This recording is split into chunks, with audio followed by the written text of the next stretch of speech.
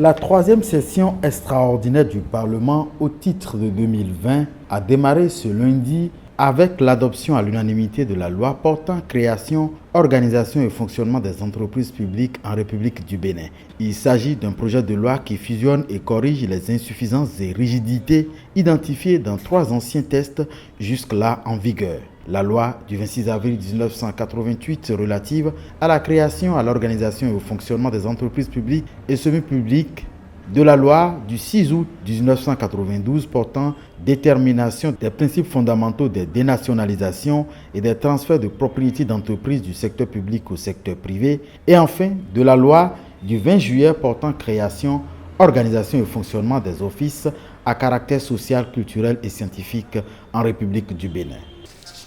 En 1997,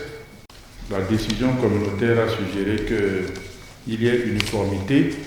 pour que toutes les sociétés d'État, toutes les entreprises publiques soient gérées sous le même statut, sous le même régime que les entreprises privées. C'est la volonté du gouvernement à faire transposer certaines dispositions communautaires dans notre loi nationale qui l'a amené à soumettre ce projet de loi.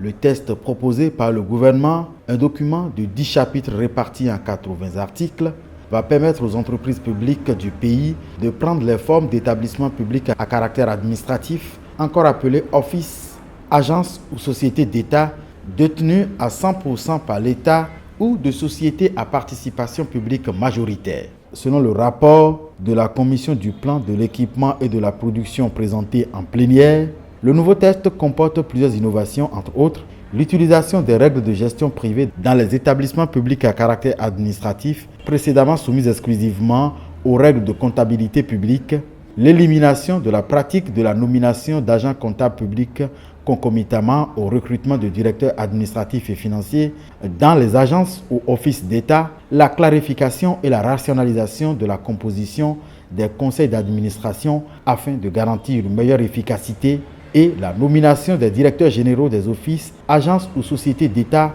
se fera toujours en Conseil des ministres sur proposition des conseils d'administration, mais assortie désormais de la signature de contrats basés sur l'atteinte des objectifs prédéfinis. Ainsi donc, le renouvellement du mandat d'un directeur général va être en fonction de ses performances. Enfin, la loi définit les modalités pour la simplification des opérations de dénationalisation ou de privatisation. Le gouvernement, en initiant ce projet de loi, a voulu mettre un terme au parcours erratique des entreprises publiques. Ce n'est pas la peine de le rappeler, et tout ce qui s'est passé avant 90 et depuis 90. Il faut avoir une claire vision qui coïncide ou qui s'harmonise avec celle du libéralisme économique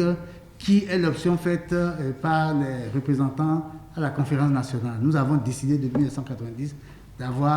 de mettre en place un régime libéral, mais à visage humain. Avec cette loi, ces porteurs espèrent en venir à bout de la malgouvernance qui a jusque-là caractérisé le grand nombre des entreprises publiques du pays.